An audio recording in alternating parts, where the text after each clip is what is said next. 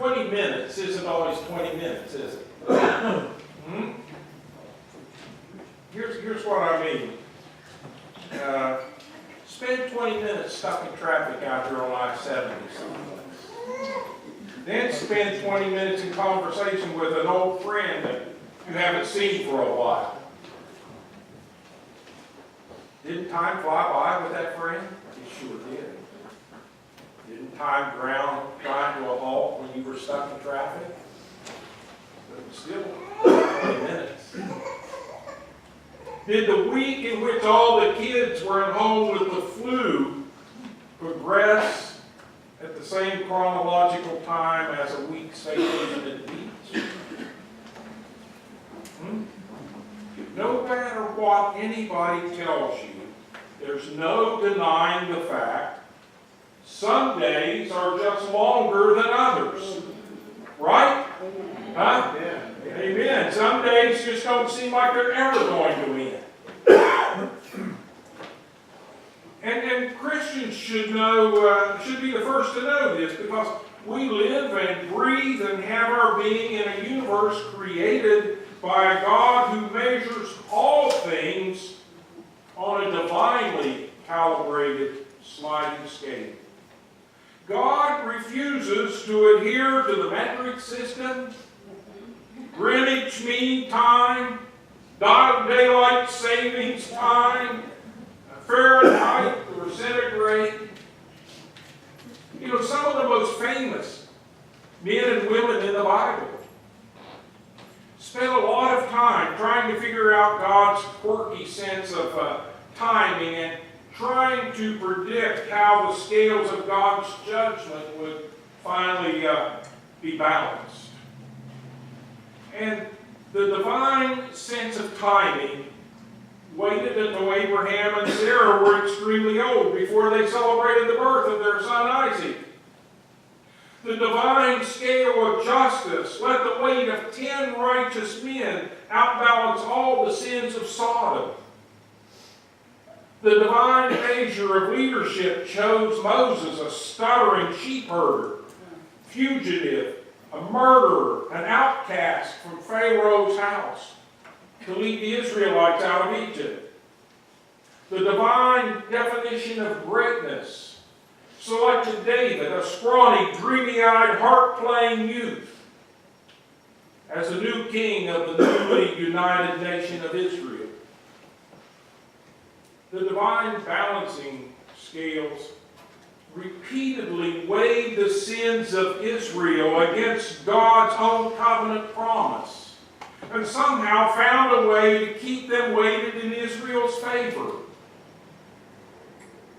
The divine openness to second chances multiplied into an unending series of prophetic words of repentance and forgiveness to a wayward people. Without God's unpredictable measuring stick sizing up the situation and fudging the figures in Israel's favor, the relationship between God and God's chosen people would have been a very short story. Thankfully, God measures all of us according to God's own yardstick. A yardstick in which one occasion of repentance cancels out a lifetime of sin. A yardstick in which a single confession of faith weighs more than a dozen acts of unfaithfulness. A yardstick in which a heartfelt expression of genuine love stands taller than all our petty acts of selfishness and hate stacked together. In today's reading that Ryan just shared with us, Jeremiah's ludicrous purchase of and redemption of a piece of land that had already been overrun by Nebuchadnezzar's siege armies is just one more example of God's odd way of measuring out justice and mercy, love and forgiveness. to really appreciate, folks, the boldness and idiocy of Jeremiah's actions, we need to remember that although besieged, imprisoned, branded as a traitor, despised by the king and his court, Jeremiah's response to hatred and rejection is to invest in the future. A future nation, a future faith, and a future fulfillment. Hardly a sound investment. But there's a lesson to be learned in that apparent foolishness. You see, Israel's going to be defeated. Judah's going to be defeated. They're going to be no more. Nebuchadnezzar's going to haul them off into exile. Jeremiah knows this. And yet he takes good money and invests it in a land and redeems a piece of family property that he knows is going to be overrun. But he says, there's a future here. So you take those deeds, you stick them in a clay jar, and you seal the neck of that jar, and put it away for a future day. Remember the Dead Sea Scrolls and how they were found in earthen vessels that had been sealed and preserved so well? Jeremiah says, there's a future here. It's just not right now. In fact, it'd be 70 years.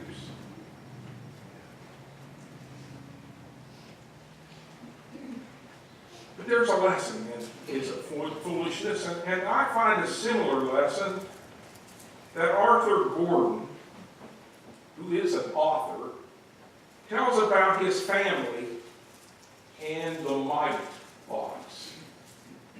In their journey toward Easter, the children would put money into little offering boxes to be taken to church on Easter morning and given as their Easter offering. Now, we've done the boxes here.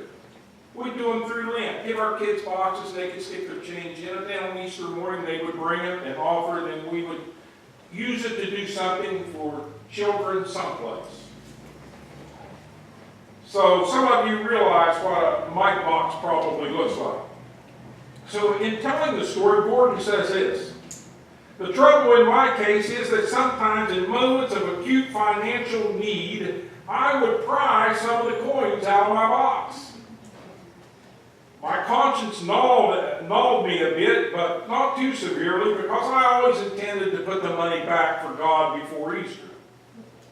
And he goes on to say, I was chronically short and never did. The fatal morning would always come.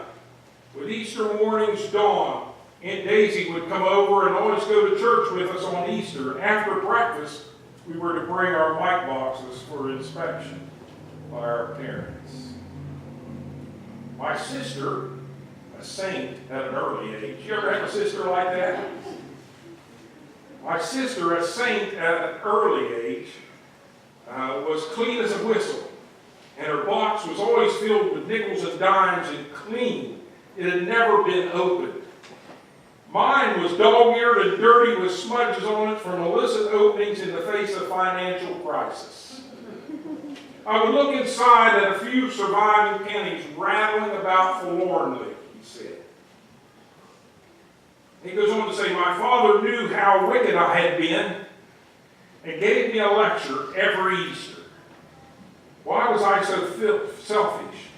Why couldn't I think less about myself and more about others? He was intent on making me feel guilty and was successful. Finally, Daisy tired of it. Fished in her purse, drew out a 50-cent piece, and looked in my dazzled eyes. Here, she said, put this in your mite box. Not fair, howled my saintly sister. Not right, Daisy, said my angry father. The boy shouldn't be rewarded for poor performance. To my sister, she said, you're right, dear. It's not fair. But you never mind. God will remember how faithful you've been. To my father, she said, haven't you ever had a gift that you did not deserve? I should think that Easter would remind you of that. Then the warm eyes rested on me, the chief of sinners. She said this, Arthur, God loves all sinners, large ones and small ones like you. But don't push it too far.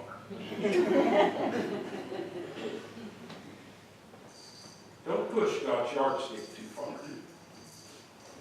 Because God keeps score according to a different set of rules. And because God's official time clock gives past, present, and future, even the most sinful and selfish human beings are sometimes justified in crying out to God unfair. God's measuring stick and ours are not always the same. I prayed for health. The answer I didn't pray for, Donna surprised me with broccoli and rice. You prayed for a new sense of direction and purpose in your life. The answer you didn't pray for. Suddenly you find that your company is downsized and you're downsizing right out of a job. You prayed for family unity. The answer you didn't pray for. You get a late night phone call from your teenage son telling you he's okay, but the car isn't. Look what God did, folks. Through the tiniest people, the tiniest plots of land, the tiniest tribes, the tiniest nations, the tiniest places. Look what God did. The Bible teaches us that God's love transforms the tiniest of spaces into the largest of lives. God promises that even a land and a people who are besieged and led into exile will have hope and restoration. To the point that Jeremiah buys a piece of land while in captivity because he knows that God's yardstick is not the same as ours. Will you live your life by God's yardstick? Will you? God's word for us.